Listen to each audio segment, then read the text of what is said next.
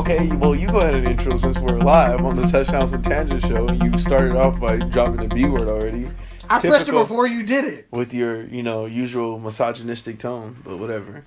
We don't need to get into that. I will sue you in court and win. I'm PD Camarillo. I'm Kenneth Frank James Berry. This is the Touchdowns and Tangents show on Speaker, iTunes, Google Play, SoundCloud, and YouTube sometimes. iHeartMedia all the time. Facebook, Instagram, and wherever else random internet content lives. And it's the holiday season. You're probably going to go to that one relative's house you can't stand. So you might as well listen to somebody have a conversation you wish you could be having with that one cousin, but they don't show up at family reunions anymore.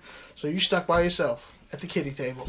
And for those of you who've never listened to us, this podcast is kind of like when you're sprinting to get to the bus and you make it there just in time and you get in the back and you find that perfect spot in the corner. Oh, you can just post up. It's perfectly cold. You got leg room and it's cool. You can fall asleep because it's an hour ride anyway.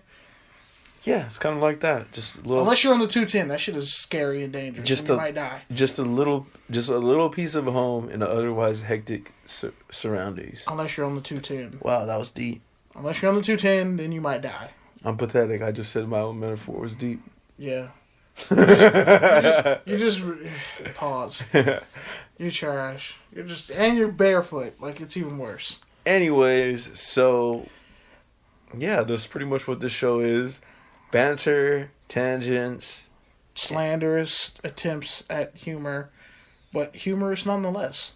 With a few football takes and some X's and O's here and there to get you through your day. Some life experience.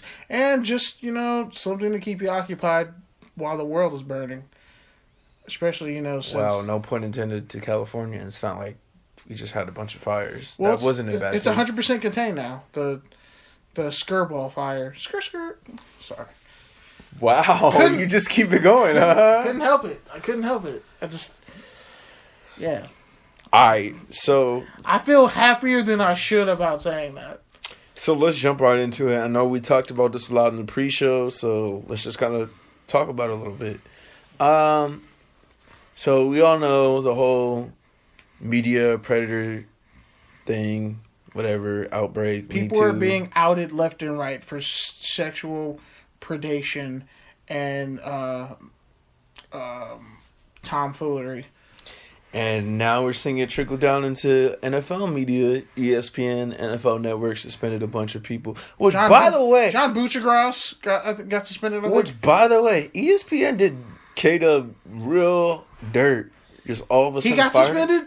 No, he got fired. And then the next day, ED, the dude he replaced him, got suspended. Eric Davis got suspended. He was NFL Network, by the way. No, but he's on ESPN now. He's a Rams guy, and he was doing. So they low key finessed him into Marcellus and Kelvin as the third chair, and then that lasted for because two former athletes, 2 months, and then they finessed K-Dub out and got fired, and the next day ED got suspended. I can relate to that. So yeah, it was a pretty messed up situation, but being fired, not the whole sexual predator thing.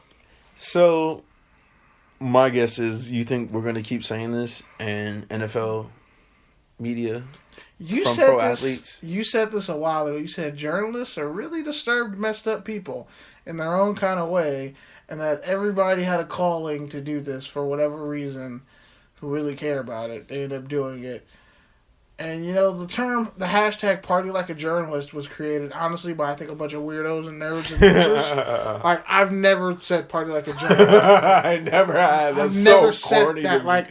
If I said that to a girl, I hope she assaults me. I hope she punches me in the face, tells all her friends to never give me any play whatsoever. I would deserve it. Which, that's not very hard, let's be honest. You know what? First off, pause. Just pause you right there. I'm not even going to adjust that. But you know what? I feel attacked. I'm going to HR. I'm going to HR. I'm going to legal. And got more gunshots than a South Florida music video. Wow. Again. Hey, yeah, legal and HR. I'm on the phone with both of them. They want you gone, Pete. What's new? They want you gone. What's new? We're gonna suspend the podcast while I'm in Vegas because you're a predator of the worst kind. You're an opportunistic predator. Hurting people's feelings. Not funny at all. Hurting people's feelings. Nobody's laughing. Especially when we're talking about this very scenario right now. No, we're talking... There's... Okay. Since we're going to talk about media, I've been avoiding this all week because you tweeted at me and I saw it. And I had an internship with this certain person. I had an internship on the Tavis Smiley show. PBS yanked it off the show and it was pretty much hitting its 3,000th episode. I personally, in that environment, when I was an intern for Tavis Smiley, I was shocked when I found that out. I wish them all the best. I really do. I'm like over here writing Kenny note cards. Don't snitch. All I can say is, in my personal experience, it was completely professional the whole time I was there. But it's crazy when he was talking about in the video how like PBS pretty much had an investigation and didn't tell him until the last second, and he had to have his attorneys threaten a lawsuit to find out. That's what a lot of these news organizations are doing, man. Like, people settling out of court. That Bill O'Reilly kind of shook the news sphere at its core when it comes to these news companies paying females. Well, that's a lot of the reason why I was reading somewhere why Fox ended up selling is because they caught like $65 million in lawsuits from Bill O'Reilly and the other dude. Lots of money. And they had a lot more other settlements that went under the table. Yeah. So I think it's just when you reach a certain point, whether it's an athlete, whether it's, you know, a TV personality, you just reach a point where you're just so used to being told yes that you don't know how to be told no, and you don't know how to deal with having your power rejected. And being above reproach. Some people we assume they're above reproach, so you just never check them.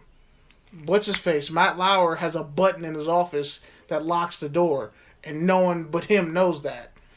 That's creepy. And I think the biggest thing is, like, it all comes down to just the culture. And even with the NFL Network scenario is, if she never said no, like, yeah, the dudes probably never knew what they were... Not that they didn't know, because you know, but they didn't think twice because the culture was reinforcing it. So it really comes down to, number one, create an environment where women feel comfortable about, you know, standing up for themselves and speaking out against this kind of thing. And it also comes up to the good dudes, like, to not find it funny and not reinforce it and not make jokes about it and not have slapstick douchey guy frat house, typical stereotypical. Exactly, because these aren't frat house scenarios. This isn't a party with Rob Gronkowski. Because that's another thing. The media is really hypocritical with how they don't call Gronkowski out on a lot of his misogynist things he's done and some of the sexist things he's said and done. When he did that rap battle with this girl from Jane the Virgin, and everything he said was sexual and hella misogynistic and wasn't even a bar, and she came back and killed him every time. Like, she owned him in that battle. But it's just like, that's what he really thinks. That's how he really acts. Like, when he kept trying to get that, he kept saying 69 to that female reporter, or how many touchdowns do you want to catch? 69. Like, that, they laugh at that. But if it was a black dude or anybody else who said that, or anyone who isn't seen as a goofball like Gronk, totally different scenario. I think the biggest thing is, without diving too far into it, is it just, when you're a public figure, you have to know. And you can say, you can hide behind the veil of ignorance, and I think it's a conversation that a lot of men have to talk to and really kind of define the lines with women and kind of figure out protocol. And because, like it or not, men have been the dominant gender for so long that they're learning how to deal with this cultural pushback from women, which I'm all for, but it's not going to happen overnight. And so it all comes down to us regular people having those conversations. But when you're a public figure, you have to know better. It's your job. You're held to a higher standard. So it's unexcusable. I think it just comes down to basically being a human being. You know right from wrong. You know, if I said this, you're right, and my mother was in the room or my grandmother was in the room, would it be acceptable? You're right, but no. Like we've been in the newsroom. Like I like that standard sounds good. Like it sounds cool. Like it looks good in 140 characters. But like when you really think about it, everyone's parents are different. Yeah, but you know people that are foul mouthed and do whatever the hell they want in front of their parents. So and I know some people who are really conservative and get away with a lot of slick stuff behind the scenes. And so people it's like think they're squeaky clean, but like Dame Dash called out Harvey Weinstein years ago. He's like, he's a creep. That's why he slapped him on the set of Paid in Full. So there's a lot you don't hear. It's just a matter of like. That's what I'm saying. You have to have the conversations because if you have these like real subjective standards of like, oh yeah, if you wouldn't do it with one of your straight friends or if you wouldn't do it in front of your parents, like yes, you're right. That's all true. But at the end of the day, people are stupid. Some people are bullies. And some people are bullies. So that's why you got to bully the bullies. All right. So occasionally. Let's jump into a little bit of football. Because man, that was kind of heavy. Who are some of your biggest underachievers of the year? And I know you think this topic is trash because you'd rather talk about people who are making money. Yeah. By the way, I felt bad for Carson Wentz because he was having a really great season. I think he was running away with the MVP. He probably would have threw 40 touchdowns this year. He already owns the Eagles season record. The Raiders' probably biggest mistake was letting John Filippo or whatever his name is, the special teams coach. No, the quarterback's coach, Derek Carr's quarterback coach as a rookie, and Terrell Pryor's QB coach. They let him go to the Cleveland Browns, which he flamed out in a year, and he's been with the Eagles for the past 2 years. Yeah, 'tis true. But that was a big mistake. Yeah, instead of having Todd Downing be Derek Carr's buddy. Okay, but go ahead. You were saying. But yeah, there are a lot of guys who like Amari Cooper. That's my biggest bust of the year. Looking like he might not. Do you think they're going to really renew his option? Yeah, for sure. Let's say they manage to get Sammy Watkins on the team next year, or Kelvin Benjamin. Or, I don't know, one of these receivers out here. They somehow managed to get Martavis Bryant. They finesse a situation where they get a receiver. Crabtree ain't getting any older, ain't getting any younger. Are you done?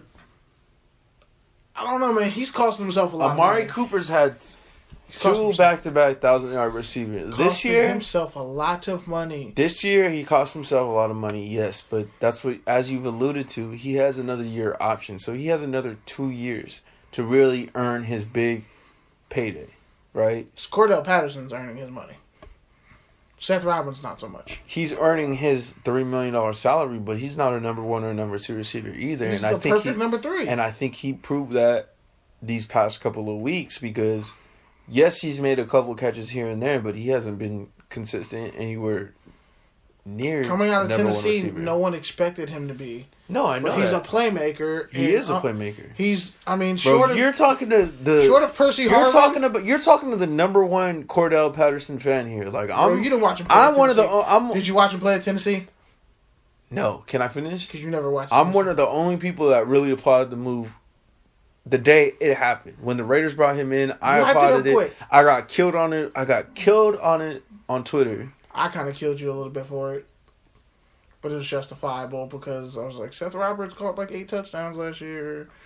Who saw that drop off coming? But we know who was the better receiver between the two. But yeah, Amari Cooper's not done. He just had a bad year. Macklin's battled injuries. He lost his confidence.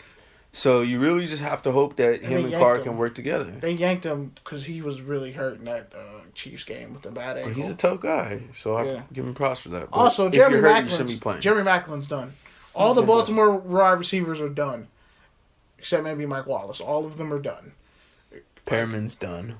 Perriman's been done. He's a disgrace. And Macklin got killed in that Steelers game.